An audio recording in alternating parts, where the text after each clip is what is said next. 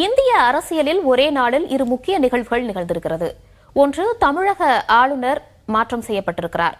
மறுபுறம் பீகாரின் முதலமைச்சராக இருந்த நிதிஷ்குமார் மாநிலங்களவை தேர்தலில் போட்டியிடுவதற்கான வேட்புமனுவையும் தாக்கல் செய்திருக்கிறார். இதன் காரணமாக அவர் முதல்வர் பதவியிலிருந்து விலக வேண்டிய சூழ்நிலை என்பதும் ஏற்பட்டிருக்கிறது.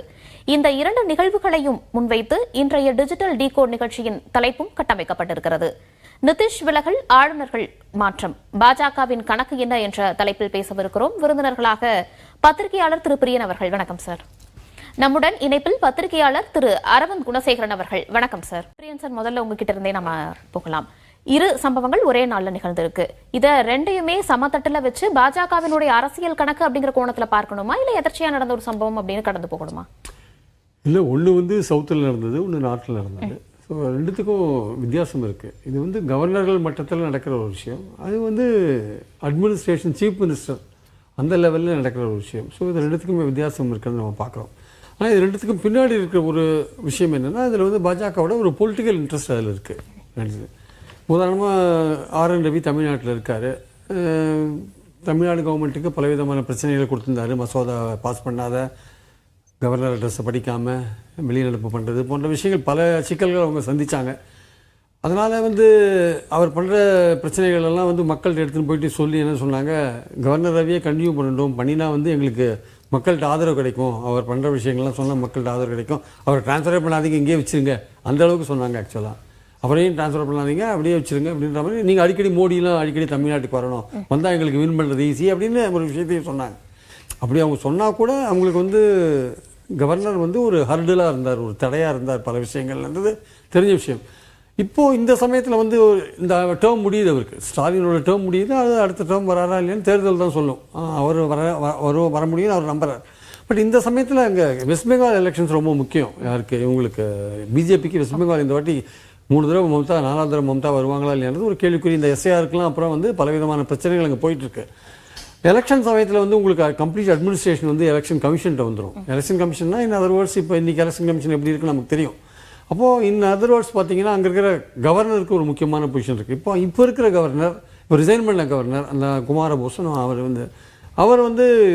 அவரால் மம்தாவை டீல் பண்ண முடியலையா, இல்லை மம்தா அவருக்கு ஒரு சேலஞ்சாக இருந்தாங்களே தெரியும். அவர் சென்ட்ரல் கவர்மெண்ட்டோட ரெப்ரஸன்டேட்டிவாக இருக்கார். அவர் பலவிதமான பிரச்சனைகளை மம்தா கொடுத்தாருன்றது உண்மைதான். அவர் ஆனால் மம்தா அதெல்லாம் சேலஞ்சு பண்ணிட்டாங்க. அதெல்லாம் சேலஞ்ச் பண்ணி அதுலேருந்து வெளில வரதுக்கான அவரை கவுண்டர் பண்ணுறதுக்கான எல்லா முயற்சிகளும் அவங்க எடுக்கிறாங்க. ஓரளவுக்கு அவங்கள ஒன்றும் பண்ண முடியல. இடி ரைடு நடக்கும்போதே உள்ளே பூந்து அவங்க ரெக்கார்ட்ஸ்லாம் தூக்கிட்டு வராங்க. அந்தளவுக்கு ஒரு தைரியமாக அவங்க போகிறாங்க. அதனால் அவங்கள அவங்களும் ஒரு பொலிட்டிக்கலாக ஒரு பாப்புலர் இதோடு இருக்காங்க, மேண்டேட்டோட பின்னாடி இருக்கிறதுனால அவங்களால ஒன்றும் பண்ண முடியல அந்த கவர்னரால். சரி, சென்ட்ரல் கவர்மெண்ட்டோடைய டைரக்ஷன்ஸு மம்தாக்கு ஏதாவது ப்ராப்ளம் பண்ணணும் அப்படின்ற மாதிரியான இவரை வச்சு பண்ண முடியாதுன்னு நினச்சிருப்பாங்க. ஸோ நீங்கள் ரிசைன் பண்ணுங்கன்னு சொல்லியிருக்கலாம், ரிசைன் பண்ணிருக்காரு. அப்போ அந்த இடத்துக்கு யார் சூட் ஆகுதுன்னா, ஏற்கனவே ஸ்டாலின் கவர்மெண்ட்டுக்கு நல்ல பிரச்சனை கொடுத்துருந்த ஒருத்தர் இருக்கார் இங்கே சவுத்தில், அவர் தூக்கி போடுங்க. அவர் தூக்கி போட்டால் அந்த 2-3 மாதம் அடுத்த தடவை மம்தா எலெக்ட் ஆகிறாங்களா இல்லையா பார்க்கலாம். அந்த 2-3 மாதம் எலெக்ஷன்ஸ் போது மம்தாக்கு எந்தெந்த விதத்தில் திரிணாமுல் காங்கிரஸுக்கு ஒரு குறைச்சல் கொடுக்கலாம் அப்படின்ற மாதிரி பண்ணிருக்கலாம். ஆமாம், இதெல்லாம் பொலிட்டிக்கல் தாங்க. இதெல்லாம் நம்ம வார்த்தையெல்லாம் முழுங்க வேண்டிய அவசியமே இல்லை. நேரடியாக இது பாலிடிக்ஸ். இது ரவியை அங்கே போட்டது நேரடியான பாலிடிக்ஸ். அதாவது சும்மா நாகரிகம் கருதி வழவழா குழவழான்னு பேசுறதுல அர்த்தம் கிடையாது. இதெல்லாம் பாலிடிக்ஸ், கிளியர் பாலிடிக்ஸ். திரிணாமுல் காங்கிரஸுக்கு பிரச்சனை பண்ணணும், அவ்வளோதான். மம்தாக்கு பிரச்சனை பண்ணணும். ஏற்கனவே எஸ்ஐஆரில் பல பிரச்சனை கொடுத்துட்டாங்க. மறுபடியும் அடுத்தபடியாக எலெக்ஷன்ஸும் போது இன்டைரக்டாக அட்மினிஸ்ட்ரேஷன் கவர்னர் கையில் போகும். அது எலெக்ஷன் கமிஷன் பேர் இருந்தால் கூட. அப்போ எந்தெந்த ஆஃபீஸர்ஸ் எங்கெங்கே போடுறது, யார் எப்படி போடுறது, என்ன ஏது, யாரை மாற்றுறது, எப்படி போடுறது, யாரை சீஃப் செக்ரட்டரியாக போடுறது, யாரை லா அண்ட் ஆர்டர் டிஜியாக போடுறது, இப்படிலாம் பல விஷயங்கள் அங்கே இருக்குது. இல்லை எந்த கலெக்டர் எங்கே போடுறது, யாரை மாற்றுறது, இதெல்லாம் இருக்குது. இதெல்லாம் எலெக்ஷன் கமிஷன் தான் பண்ணுவாங்க இந்த 2 மாதத்துக்குள்ளே. அதெல்லாம் இன்டைரக்டாக கவர்னர் கையில் போச்சுன்னா கவர்னர் வில் ஹேண்டில். அது அதுக்காக தான் போட்டிருக்காங்கன்றது என்னுடைய கருத்து. இப்போ டெம்பரரியாக மம்தாக்கு பிரச்சனை பண்ணுறது போட்டிருக்காங்க. இங்கே இவருக்கு ஸ்டாலினுக்கு ரிலீஃப் கிடையாது. ஏன்னா அவரோட டேர்ம் முடியுது. அவர் கொடுக்க வேண்டிய குறைச்செல்லாம் கொடுத்துட்டு அவர் போயிட்டார். இவர் பார்த்துங்க, இப்போ கேரளாவில் நீங்கள் அடிஷனல் சார்ஜ் வந்திருக்காரு. அவரும் சாதாரண ஆள் கிடையாது, அவரும் பயங்கரமான ஆள். அவர் ஆர்எஸ்எஸ்லேருந்தே பிறந்து வளர்ந்தவர். ஆக்சுவலாக அவர் கேரளா கவர்மெண்ட்டுக்கு எல்லா தொல்லையும் கொடுத்துட்டு தான் இங்கே வர்றார். கூடுதலான ஒரு குடைச்சல் இருக்கிறான வாய்ப்பு. ஆமா, அங்கேயும் இருக்கு. அங்கே விசி அப்பாயின்மெண்ட்ல தான் பெரிய தகராறு போச்சு. அங்கேயும் கவர்னர் அட்ரஸ்லாம் படிக்காத போனாரு, அங்கேயும் மசோதாக்கள்லாம் அப்ரூவ் பண்ணாத போனாரு. அப்புறம் சுப்ரீம் கோர்ட் தலையிட்டு விசி அப்பாயின்மெண்ட்ல ஒரு கமிட்டியை போட்டு நீதிபதி ஒரு பேனர் தயார் பண்ணி அப்புறம் சிஎம்மும் கவர்னரும் ஒன்றா சேர்ந்து ரெண்டு யூனிவர்சிட்டிக்கு விசியை செலக்ட் பண்ணாங்க. பெரிய ப்ராசஸ் போச்சு, பெரிய சண்டையெல்லாம் போச்சு. அதனால் அவர் அங்கேருந்து இங்கே வரவரும் சாதாரண நாள் கிடையாது, அடிஷ்னல் சார்ஜாக தான் வர்றாரு. அவர் நாளைக்கு ஃபுல் சார்ஜாக வந்தாலும் அவர் சொல்ல முடியாது. இப்போ கேரளாவுக்கு நல்ல ஆளை பார்த்துட்டாங்கன்னா ஃபுல் சார்ஜாக போட்டாலும் போடுவாங்க. ஏன்னா அவர் பக்கா ஆர்எஸ்எஸ், கோவாவை சேர்ந்தவர், பக்கா ஆர்எஸ்எஸ், பிஜேபி அவர். அதனால் இந்த அப்பாயின்மெண்ட்டில் கிளியர் பாலிடிக்ஸ் இருக்குது. அவர் அடிஷ்னலாக வந்தால் கூட, ஸ்டாலின் கவர்மெண்ட் மீண்டும் வந்தால் கூட, அவரே அடிஷ்னல் சார்ஜாக தொடர்ந்தால் கூட அந்த ஆர்.என். ரவியோட லீகசி இருக்குல்ல, அந்த அவர் ஏற்படுத்தின விஷயம் அது அப்படியே தொடரும். நீங்கள் நிதிஷ்குமாருக்கு வந்தீங்கன்னா அதுவும் ஒரு கேம் பிளான். நம்ம நிதிஷ்குமார் பற்றி மறுபடியும் தொடர்ந்து பேசலாம். திரு அரவிந்த் அவர்கள், ஆளுநருடைய இந்த மாற்றத்தை பொறுத்த வரைக்கும் மமதாவிற்கு கூடுதல் குடைச்சலை தருவதற்காக தான் ஏற்படுத்தப்பட்டிருக்கா, இல்ல ஒரு சாதாரண விஷயமாக பார்க்கணுமா? உங்களுடைய பார்வை என்ன? இல்லைங்க, மேற்கு வங்க மாநிலத்தில் ஆளுநராக ஆர்.என். ரவி நியமிக்கப்பட்டதுக்கான காரணம் அங்க இருக்கக்கூடிய தேர்தல் முடிவுகள் பாஜகவுக்கு சாதகமாக வரப்போவதில்லை என்பதை உணர்ந்தேதான் பாஜக இது போன்ற ஒரு நியமனத்தை செய்திருப்பதாக பார்க்கிறேன். பொதுவாக ஆர்.என். ரவி போன்றவர்களை ஒரு ஃப்ரெண்ட்லி ஸ்டேட்டுக்கு, அதாவது அவர்கள் ஆளும் மாநிலங்களுக்கு பொதுவாக அனுப்ப போவதில்லை. ஒரு ஆப்போசிஷன், எதிர்க்கட்சி ஆளும் மாநிலங்களுக்கு தான் ஆர்.என். ரவி போன்றவர்களை ஆளுநர்களாக அவர் நியமிக்கக்கூடும். அதன் அடிப்படையில் இந்த நடைபெறும் சட்டமன்ற தேர்தலில் மேற்கு வங்க மாநிலத்தில் பாஜக வெற்றி பெறுவதற்கான வாய்ப்பில்லை என்பது மிகவும் தெளிவாக தெரிகிறது. அது ஒன்று. இரண்டாவதாக, மேற்கு வங்க மாநிலம் பங்களாதேஷ் நாட்டுடன் அந்த ஒரு எல்லை பார்டர் ஷேர் செய்யக்கூடிய ஒரு மாநிலமாக, ஒரு பார்டரிங் ஸ்டேட்டாக இருக்கிறது. இரண்டாவதாக, சிஏஏ அங்க இருக்கக்கூடிய, அதாவது பங்களாதேஷ் நாட்டிலிருந்து மேற்கு வங்க மாநிலத்தில் தஞ்சம் புகுந்த இந்துக்களுக்கும் அதே போல கிறிஸ்டியன்களுக்கு இது இந்திய குடியுரிமை வழங்குவதற்கான அந்த நடவடிக்கையும் அங்கு எடுப்பதற்கான வாய்ப்பு இருக்கிறது. எனவே இது அனைத்தையும் மனதில் கொண்டுதான் தற்போது ஆர்.என். ரவி போன்றவர் மேற்கு வங்க மாநிலத்திற்கு அனுப்பினால் இன்னமும் கொஞ்சம் எஃபெக்டிவா இருக்கும் என்பதை உணர்ந்துதான் தற்போது பாஜக அவரை அங்கு அனுப்பியிருப்பதாக பார்க்கிறேன். ஆனந்த் போஸ் தற்போதைய ஆளுநராக இருக்கக்கூடிய, மேற்கு வங்கத்தில் ஆளுநராக இருக்கக்கூடிய, அவ்வளவு எஃபெக்டிவா அங்க இருக்கக்கூடிய மம்தா பானர்ஜி கவர்மெண்டோட ஒரு எஃபெக்டிவா அவர் ஹேண்டில் பண்ணல அப்படிங்கிற ஒரு குற்றச்சாட்டும் இருந்து வந்தது. அதன் காரணமாகத்தான் ஆர்.என். ரவி போன்றோரை அங்கு அனுப்பியிருப்பதாக நான் பார்க்கிறேன். மறுபுறம் கேரள ஆளுநருக்கு கூடுதலாக தமிழக ஆளுநர் பொறுப்பும் அப்படிங்கிறதும் கொடுக்கப்பட்டிருக்கு. இது தமிழகத்துல ஏதாவது ஒரு பாதிப்பையோ சிக்கலையோ ஏற்படுத்துமா, இல்ல சுமூகமா போவதற்கான வாய்ப்புகள் இருக்கா? இல்லைங்க, நீங்க இது தற்போது கேரள ஆளுநராக இருப்பவர் தமிழகத்துக்கு கூடுதல் பொறுப்பாக கொடுத்திருக்கிறார்கள். தமிழ்நாட்டோட எலெக்ஷன் ரிசல்ட்ஸ்ல இன்னமும் பிஜேபிக்கு ஒரு அன்சர்டனிட்டி இருக்கு. தேசிய ஜனநாயக கூட்டணி வெற்றி பெறுவதற்கான வாய்ப்பு இருக்கா இல்லையாங்கிறது தெளிவா தெரியல. அடுத்து எந்த ஆட்சி அமையும்னு ஒரு தெளிவான தகவல் இல்லாத காரணத்தினால்தான் ஒரு ஃபுல் டைமா ஒரு ஆளுநரை தற்போது வரை பாஜக நியமிக்கவில்லை. தேர்தல் முடிந்த பிறகு தேர்தல் முடிவுக்கு ஏற்றாற்போர் எந்த கட்சி ஆட்சி அமைக்கிறதோ அதற்கு ஏற்றாற்போர் ஒரு ஆளுநரை நியமித்துக் கொள்ளலாம் என்பதற்காக தற்போது ஒரு இடைக்காலமாக இவரை ஆளுநராக கூடுதல் பொறுப்பை கொடுத்திருக்கிறார்கள். அர்லேக்கர் 2015 17 வரை கோவா மாநிலத்தில் அமைச்சராக இருந்தவர். அதனைத் தொடர்ந்து 2021 தொடர்ந்து ஆளுநராக செயல்பட்டு வருகிறார். 3 மாநிலங்களுக்கு இதுக்கு முன்பாகவே அவர் ஆளுநராக இருந்திருக்கிறார். எனவே ஒரு நல்ல ஒரு அனுபவம் வாய்ந்தவர். தற்போது கேரளா மாநில ஆளுநராக இருக்கிறார். தமிழகத்துக்கு கூடுதல் பொறுப்பு, ஏன் கூடுதல் பொறுப்பு ஒரு இன்ட்ரீம் அரேஞ்ச்மெண்டா இதை ஏன் செஞ்சிருக்காங்கன்னா, நான் முன்பே சொன்னது போலதான், எலெக்ஷன் ரிசல்ட்ஸ் எப்படி வரும்னு ஒரு தெளிவான தகவல் கிடையாது. சோ மீண்டும் திமுக ஆட்சி அமைத்தால் ஒரு அட்வர்சரியிலான ஒரு ஆளுநரை நியமிப்பதற்கான வாய்ப்பு இருக்கிறது. அல்லது தேசிய ஜனநாயக கூட்டணி ஆட்சி அமைத்தால் ஒரு ஃப்ரெண்ட்லியான கவர்னரை நியமிச்சுக்கலாம். சோ அதனால ரிசல்ட் எப்படி வருதோ, எந்த கட்சி ஆட்சி அமைக்கிறதோ அதற்கு ஏற்றாற் போல் ஒரு ஆளுநரை நியமித்துக் கொள்ளலாம் என்பதற்காகத்தான் அந்த ஸ்பேஸை விட்டு வைத்திருக்கிறார்கள் என்பதுதான் என்னோட கருத்து. நம்ம பேசலாம். பிரியன் சார், சிஎம் ஆகி நிதிஷ்குமார் 105 நாள் தான் ஆகுது. பதவி விலகக்கூடிய ஒரு சூழ்நிலை அப்படிங்கிறது ஏற்பட்டிருக்கு. மாநிலங்களவை பதவிக்காக அப்படின்னு ஒரு பக்கம் சொல்றாங்க, மகனினுடைய அரசியல் வாழ்க்கைக்காக அப்படின்னு சொல்றாங்க, உடல்நிலை பிரச்சனை அப்படின்னு சொல்றாங்க. என்னதான் நடக்குது, என்ன காரணம்? இல்லை, அதாவது 25ல் வந்து அந்த எலெக்ஷன்ஸ் நடக்கும் பொழுதே வந்து சொல்லப்பட்ட ஒரு விஷயம் என்னென்னா, நிதிஷ்குமார் இன்னும் ஒரு வருஷம் கூட நீடிக்க மாட்டார், பாஜக வந்து எப்படியும் சீஃப் மினிஸ்டர் வந்துருவாங்க பாஜக தரப்புலேருந்து, இவர் ஒரு 1 இயர் தான் இருப்பார்ன்ற பேச்சு அப்போவே ரொம்ப அடிபட்டது. ஆர்ஜேடியில் அந்த பிரச்சாரம் கூட பண்ணாங்க, நிதிஷ்குமார் நீண்ட காலம் வந்து இங்கே இருக்க மாட்டாங்க. நிதிஷ்குமார் தரப்பில் என்ன பண்ணாங்க, இல்லை 30 வரையும் அவர் தான் சீஃப் மினிஸ்டர் அப்படின்ற மாதிரி ஒரு விஷயத்தை வச்சாங்க. அந்த மேண்டேட் வந்து அந்த மக்கள் போட்ட ஓட்டுன்றது பெரும்பாலும் நிதிஷ்குமார் சிஎம் அப்படின்ற ஒரு அந்த அடிப்படையில் போடப்பட்ட ஓட்டு தான், அவருக்காக கொடுக்கப்பட்ட மேண்டேட்ன்றது தான் பொதுவான கருத்து ஆக்சுவலாக.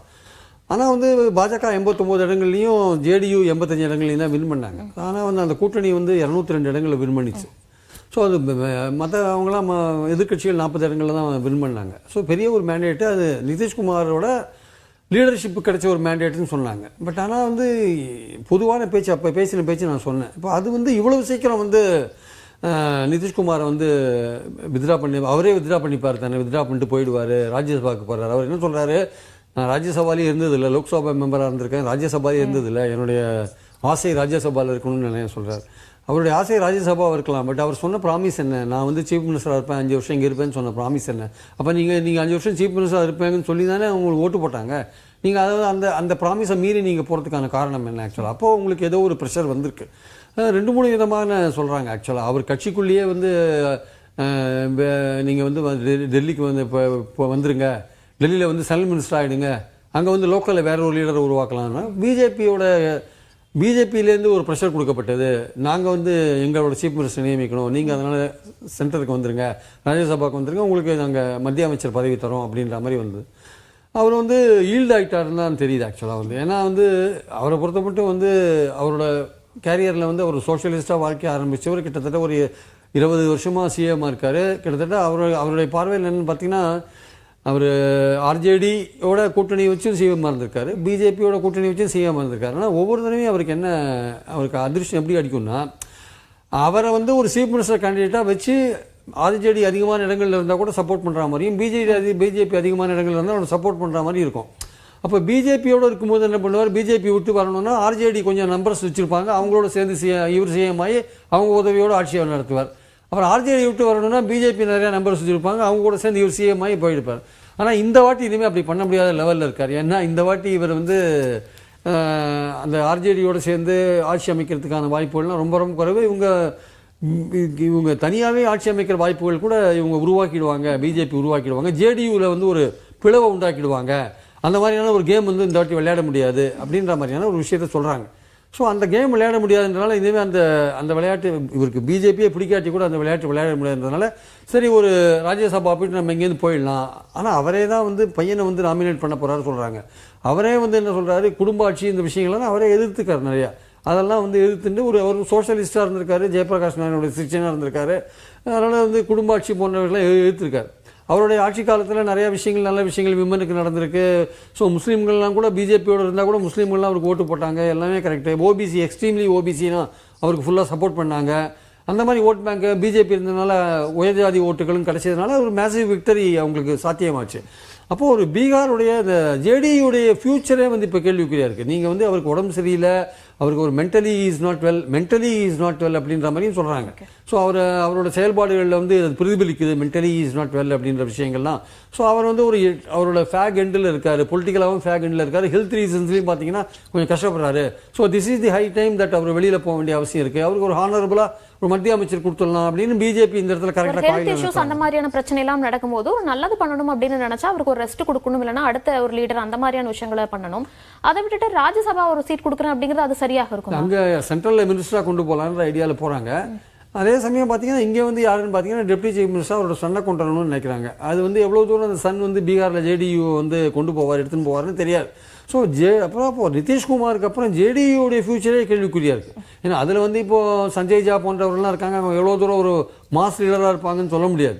ஸோ அந்த மாதிரி இருக்கும்போது இப்போது ராஜ்யசபா வைஸ் சேர்மன் ஒருத்தர் இருக்கார் நினைக்கிறேன். அவர் கூட எப்படி அவங்களாம் வந்து நிதிஷ்குமாரை ரீப்ளேஸ் பண்ணிவிட்டு ஜேடியு லீட் பண்ணுற அளவுக்கு பெரிய ஆளாக வந்துட்டாங்களான்னு வரல. ஏன்னா இவர் வந்து லீகசி, இவர் வந்து அந்த பாரம்பரியமாக இவர் வந்த விஷயம் வேறு.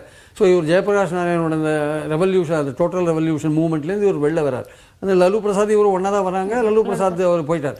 இவர் வந்து ஓரளவுக்கு பொலிட்டிக்கலாக வந்து ஷைன் பண்ணார், ஒரு 20 வருஷம் சிஎம் இருந்தார். ஸோ இவருடைய பொசிஷன் என்னென்னா இவருக்கு அப்புறம் ஜேடியோட நிலைமை என்னன்றதான் முக்கியமான கேள்வி. அது வந்து பீகாரை பொறுத்த மட்டும் நார்த் இந்தியாவிலேயே வந்து பீகாரை மட்டும்தான் பிஜேபி தனியாக ஆள முடியாத லெவலில் இருந்தாங்க. இன்றைக்கி ஜேடியு இருந்தால் கூட இன்றைக்கி chief minister Bihar BJP chief மினிஸ்டர்ன்றது அவங்களுக்கு அது ஒரு பெரிய விஷயம். பீகார் இது வரையும் பிஜேபி சீஃப் மினிஸ்டர் அங்கே கிடையாதுன்ற போது பிஜேபி சீஃப் மினிஸ்டர் அங்கே வந்து ஒரு பெரிய விஷயம் அவங்களுக்கு. அப்போ இனிமேல் அந்த பீகாருடைய பாலிடிக்ஸ் வேறு மாதிரி, குஜராத் பாலிடிக்ஸ் மாதிரி, யூபி பாலிடிக்ஸ் மாதிரி பீகார் அது ஒரு ஹிந்தி ஹார்ட்லேண்டாக இருக்கிறதுனால அங்கே யூபியிலையும் குஜராத்லையும் என்ன மாதிரியான பிஜேபி பாலிடிக்ஸ் பண்ணுறாங்களோ அந்த பாலிடிக்ஸ் அங்கே வரும். அந்த பாலிடிக்ஸை விஸ்டாண்ட் பண்ணுற அளவுக்கு ஜேடியூவில் அங்கே இருக்கிற லோக்கல் லீடர்ஸ் இருக்காங்களா தான் தெரியாது.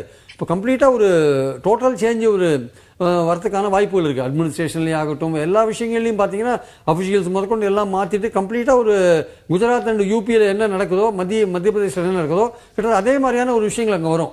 அதை வந்து இந்த ஜேடியு இப்படி ஃபேஸ் பண்ண போகிறாங்க. அவங்களுடைய ஓட் பேங்க் வந்து இது மாதிரி பிஜேபி பண்ணும்போது ஜேடியூட ஓட் பேங்க் ஜேடியூட இருக்குமான்னு சொல்ல முடியாது. அப்போ ஜேடியு வந்து இவங்க பிளந்துருவாங்களா பாஜக அப்படின்னு ஒரு விஷயமும் இருக்குது. இதெல்லாம் தாண்டி ஒருவேளை நிதிஷ்குமார் டெல்லிக்கு போயிட்டாரு, அவர் வந்து நல்லாவே ஹெல்த்தில் இருக்காரு, அவர் மேனேஜ் பண்ண முடியும் அப்படின்னா அவர் ஒருவேளை 29 எலெக்ஷன்ஸில் இவங்க கூட இருப்பாரா, இல்லை இந்தியா கூட்டணியில் வந்து ஒரு கான்சென்சஸில் ஒரு லீடராக எமர்ஜ் ஆவாரா?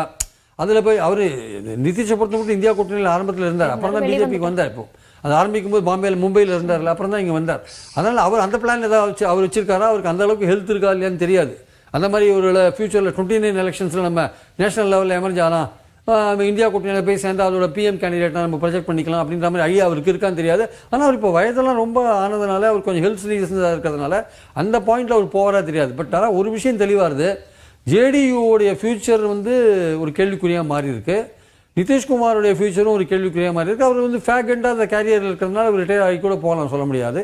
அதே சமயம் பார்த்தீங்கன்னா பிஜேபி வந்து பீகாரில் வந்து ஒரு புது பாலிடிக்ஸை ஆரம்பிச்சிருக்கு. ஆக்சுவலாக சிஎம்மாக அவங்க வந்த பிறகு இனிமேல் அவங்க ஜேடியு இருந்தால் கூட அவங்களுக்கு ஒரு 85 சீட்ஸ் இருந்தால் கூட அந்த 85 சீட்ஸோட வந்து அவங்க அதில் ஒரு பிளவு வரத்துக்கான வாய்ப்புகள் நிறையவே இருக்குது. ஏன்னா பல மாநிலங்களில் நார்த் ஈஸ்ட்லலாம் பார்த்தீங்கன்னா கிட்டத்தட்ட ஒரு டோட்டலாகவே மாறி அப்படியே பிஜேபி கவர்மெண்ட்டாக மாறின காட்சிகள்லாம் நம்ம பார்த்துருக்கோம், எதிர்க்கட்சி உறுப்பினர்கள்லாம்.